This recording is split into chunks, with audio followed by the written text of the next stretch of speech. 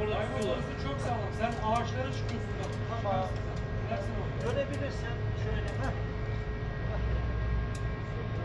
Tamam. Tamam. Hiç korkma. Bacağını alabilirsen. Buradaki bacağın da var ne? Tamam.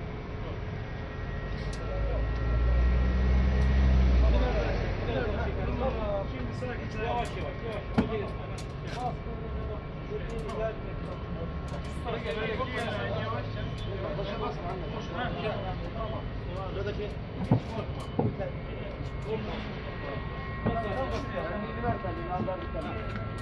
Teyzemin terliklerini... Evet, terlikleri var mı anneciğim?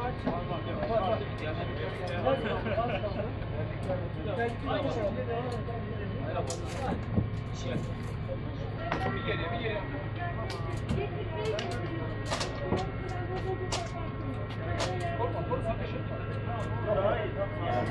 Verme teyze, verme. O beni yığınma zaten. Boş ver, verme. Böyle olsun.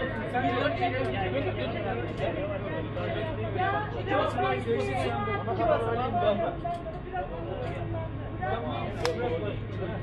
Tamam mı?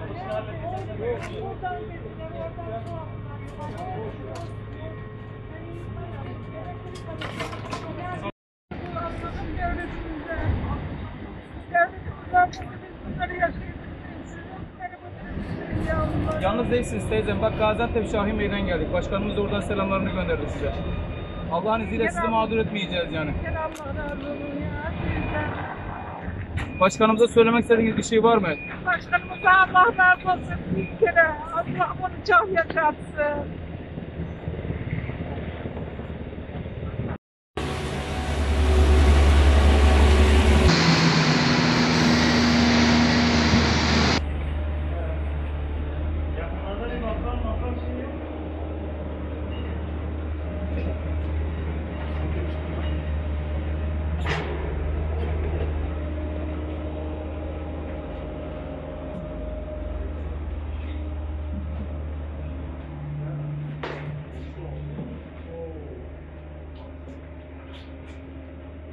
Çık.